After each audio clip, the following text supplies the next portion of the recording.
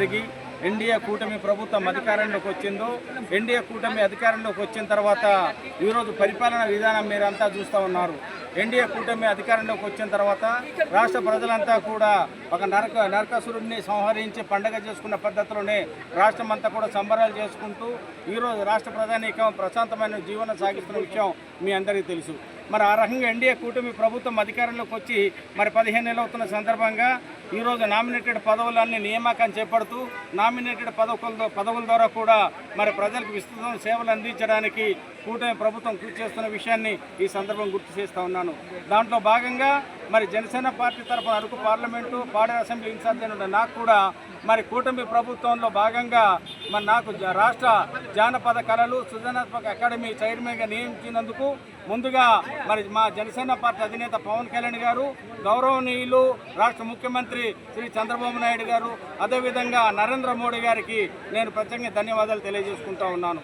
ఏదైతే నాకు ఈ పదవి ద్వారా రాష్ట్ర ప్రజానీకానికి ప్రత్యేకించి జానపద కళలు సృజనాత్మకతకు సంబంధించినటువంటి అంశాలు దాని మీద మరి ఆ పదవికి న్యాయం చేస్తాను నాకు అవకాశం కల్పించారు. దాంట్లో భాగంగా మరి ఈరోజు మరుగున పడుతున్నటువంటి అనేక రకాల జానపద కళల్ని వెలుగులో తీసుకురావడం, భవిష్యత్తు తరాలకి వాటి యొక్క అవసరాన్ని గుర్తింపజేయడం, భవిష్యత్తు తరాలకి అంతరించిపోతున్నటువంటి మన బుర్ర కథలు లాంటిది కానీ, తోలుబొమ్మ లాంటిది కానీ, లేదనుకుంటే అనేక రకాలుగా ఉన్నటువంటి పూర్వీకుల నుంచి వస్తున్నటువంటి సాంప్రదాయబద్ధంగా వస్తున్నటువంటి అనేక కళలను వెలుగులు తీసి వాటన్నిటికీ ప్రాచుర్యం కల్పించి మరి మరుగున పడుతున్నటువంటి సాంస్కృతిక విభాగాన్ని మరి ఈరోజు బలం చేయడానికి, బలవంతంగా తయారు చేయడానికి, ప్రజలకి వాటి యొక్క అవసరం భవిష్యత్తు తరాలకు అందించిన విధానాల మీద ఒక సంకేతం ఇచ్చే ప్రయత్నం చేస్తామని అయితే తెలియజేస్తూ ఉన్నాం.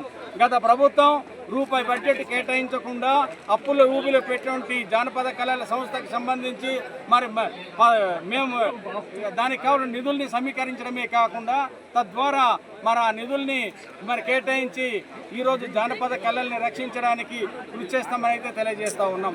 ఏది ఏమైనా కూడా మరి మన సంస్కృతితో ముడిపడి ఉన్నటువంటి మరి సాంస్కృతిక విభాగాన్ని పరిరక్షించడం అనేది ప్రతి ఒక్కరి బాధ్యతగా స్వీకరించాలని అయితే మేము కోరుతా ఉన్నాం.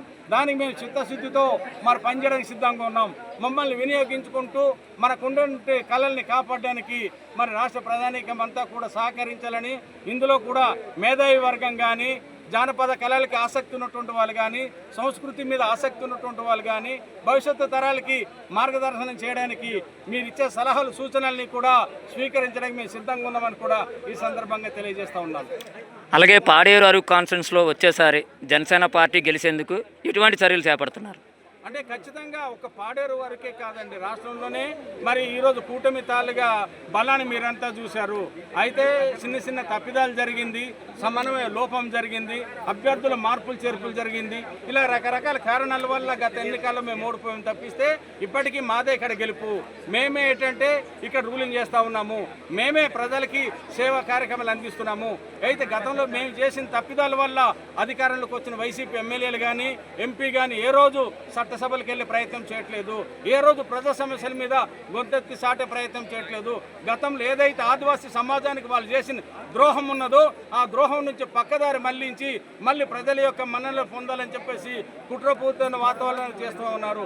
కాబట్టి ప్రజలందరికీ మేము కోరుకున్నది ఒకటి, వైసీపీ నాయకుల యొక్క కుట్రలు కుతంత్రాలని నమ్మి మోసపోవద్దు, భవిష్యత్తు తరాలకు అన్యాయానికి మీరు సహకరించవద్దని అయితే మేము కోరుతా ఉన్నాము. ఖచ్చితంగా భవిష్యత్తు రోజుల్లో అరకు పాడేరు నియోజకవర్గాలు కూటమి గెలుస్తుంది. కూటమి నాయకత్వంలో ప్రజల యొక్క సంక్షేమ అభివృద్ధి జరుగుతోంది. ఈరోజు కూడా మీరు చూస్తూ ఉన్నారు, అనేక అభివృద్ధి సంక్షేమ కార్యక్రమాలు కూటమి ప్రభుత్వం అధికారంలోకి వచ్చిన తర్వాత జరుగుతుంది. కాబట్టి దాన్ని ఇంకా బలంగా మేము తీర్చిదిద్ది భవిష్యత్తులో ఇంకా ప్రజలకు మేలైనటువంటి పాలన అందించడానికి కృషి చేస్తామని అయితే తెలియజేస్తూ ఉన్నాం. అలా కాదు సార్, అంటే అభిమానుల మేరకు కొంచెం అంటే ఇంకా ఉన్నతమైన పదవి ఇస్తే ఇంకా బాగుండు, పార్టీ బలోపేతం అవునని చెప్పని అంటున్నారు. వాళ్ళకి ఏం చెప్పాలనుకుంటున్నారు? ఖచ్చితంగా ఈరోజు అభిమానులు లేకపోతే, కార్యకర్త లేకపోతే, జన సైనికులే లేకపోతే, వీర మహిళలే లేకపోతే ఈరోజు రాష్ట్రంలో మార్పు జరిగి ఉండేది కాదు. ప్రధానంగా మరి వైసీపీ నాయకుడు మరి ఎవరైతే జగన్మోహన్ రెడ్డి ఉన్నాడో అక్రమంగా చంద్రబాబు నాయుడు మీద కేసులు పెట్టి జైలుకి పెట్టి భయభ్రాంతులకు గురి చేసినప్పుడు ఈరోజు జన సైనికులే వీరత్వాన్ని చాటి, జన సైనికులే పోరాట పట్టుమని చూపించి మార్పుకు నాంది పలికారు, ఎదురొడ్డి నిలబడ్డారు, న్యాయం వైపు నిలబడ్డారు. కాబట్టి ధర్మం గెలిచింది, ఈరోజు కూటమి అధికారంలోకి వచ్చిందని అయితే తెలియజేస్తాం. అది కాదు సార్, ఉన్నతమైన పదవి ఇంకా కల్పిస్తే బాగుండన్నది చిన్న ఆశ ఉంది ప్రజలకి. ఖచ్చితంగా అంటే ఇక్కడ 3 పార్టీలు అధికారంలో ఉన్నాం కాబట్టి పదవుల విషయంలో కొంత ఇబ్బందులు ఉన్న మాట వాస్తవమైనప్పటికీ మాకు పదవుల కంటే కూడా మేము బలమైనటువంటి సంకేతం ప్రజల కోసమే పనిచేస్తాం తెలియజేస్తా ఉన్నాము. ఖచ్చితంగా ప్రతి జన సైనికుడికి, ప్రతి తెలుగుదేశం పార్టీ కార్యకర్తకి, ప్రతి బీజేపీ కార్యకర్తకి, కూటమిలో ఉండే కార్యకర్త దగ్గర నుంచి నాయకులందరికీ గౌరవమైన స్థానం దక్కుతుంది. తద్వారా ప్రజలకి మేలు చేయడానికి, మాకు ప్రజల యొక్క అభివృద్ధి సంక్షేమానికి వీళ్ళు అంతా వారధులుగా పనిచేస్తారని అయితే తెలియజేస్తా ఉన్నాం. ఇక్కడ వెయిట్ చేస్తున్నారు. మరి వారు రావడం కొంచెం ఆలస్యం అయింది. ఆలస్యమైంది సరే మన సన్మాన కార్యక్రమం అంటే కొంత మాత్రమే